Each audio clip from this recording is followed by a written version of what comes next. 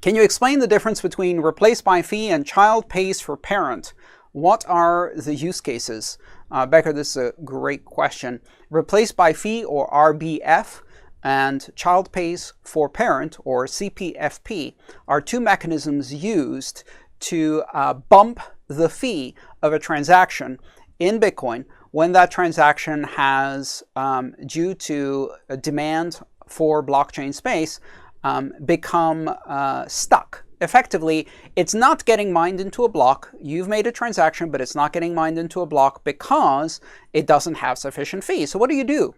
Well, there are two ways to bump the fee. One requires some proactive activity. The other one can be done in a more flexible way.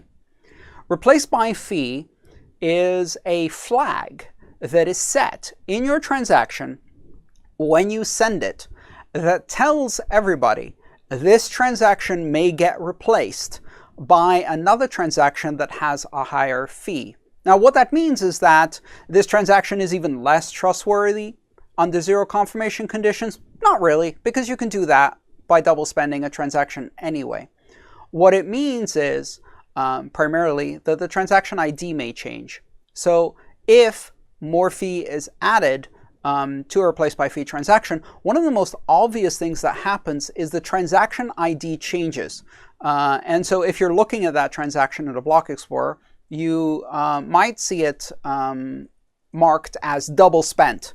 And that's because, hopefully, the sender replaced it with a transaction paying higher fee. Let me break this down for you. RBF is something the sender of a transaction does and says, this transaction is currently paying a fee, but in the future, I want to have the option to increase that fee if my transaction is not confirmed in the time frame I want. Now, in my wallets, all transactions I make are RBF, meaning that every transaction I make with one of my wallets has the RBF flag on it and is basically saying, I'm trying to be a cheap ass here. I'm going to go in with the lowest fee I think will make it. And if I find out in an hour or 2 hours or 3 hours that it's still not confirmed, or if it gets to a point where I really need it to be confirmed a bit more urgently, I'm going to come back and I'm going to bump this fee up so that I can get it confirmed. But I'm not going to overpay in advance because I'm a cheap ass. So 1 Satoshi per byte is all you get. All of my transactions, RBF on, 1 Satoshi per byte. And then just hope for the best. Sometimes it works, sometimes it doesn't. Child pays for parent is interesting because it's a slightly different formulation and has different characteristics. Child pays for parent is something the recipient or the sender can do to get a stuck transaction confirmed, mined into the next block. Now, where RBF can only be done by the sender, child pays for parent can be done by the sender or the recipient, or under some circumstances with anchor payments by any third party. And we'll talk a bit about that in a second. All right, so what does child pay for parent do? It takes advantage of a mining policy where transactions are not considered in isolation, but they are considered as packages, especially when there is a parent transaction and one of its outputs is being spent by a child transaction, and both of those transactions have yet to be confirmed. They're sitting in the mempool. So when you look at transactions in the mempool, they might just be isolated transactions, or they might be chains of transactions where you have one transaction, some of its change is then spent, or some of its outputs are being spent by another transaction and another transaction and another transaction in a chain.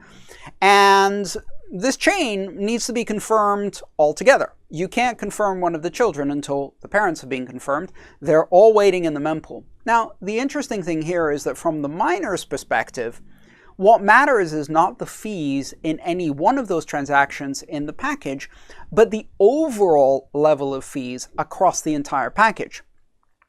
So if by confirming all of them, you can get a higher level of fee per byte when aggregated together, that's an appealing proposition to miners. All they care about is the fundamental metric of fee per byte. So that means if you put a parent transaction, if you put a transaction into the mempool and it's not being confirmed, what you can do is you can purposely create a child transaction in order to add fee by making the child overpay so that it carries along the parent by increasing the average fee across the two.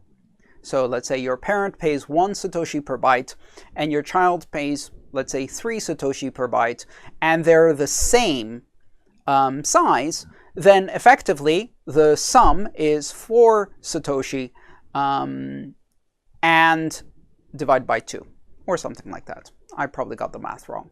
But the bottom line is the average Satoshi per byte between the two is what matters. And so, yeah, and in fact, that would be 2 Satoshi per V byte across the two.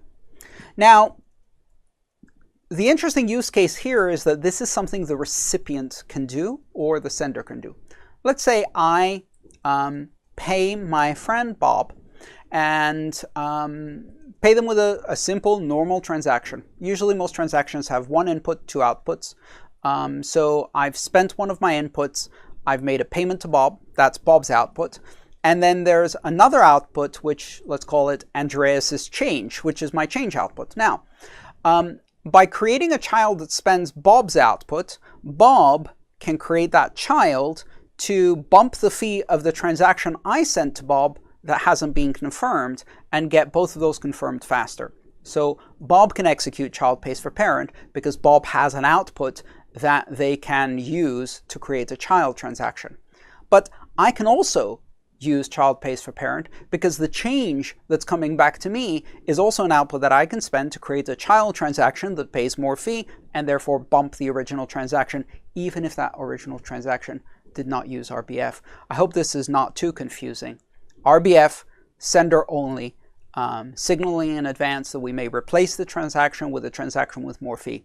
Child pays for parent, taking advantage of the fact that transactions are considered as packages. And if there is a parent, a child, a grandchild, a great-grandchild, etc., the average fee across all of them is taken into consideration. So if you purposely create a child transaction, a descendant transaction with a higher fee, it increases the parent's opportunity to get confirmed as well. And that's why the child is effectively paying for the parent. There is a very interesting use case of this in the Lightning Network where you can create within a commitment transaction a payment output that is dust, meaning that it's not a significant amount of Satoshis, but can be used as an input to make a child that bumps up the fee for the parent.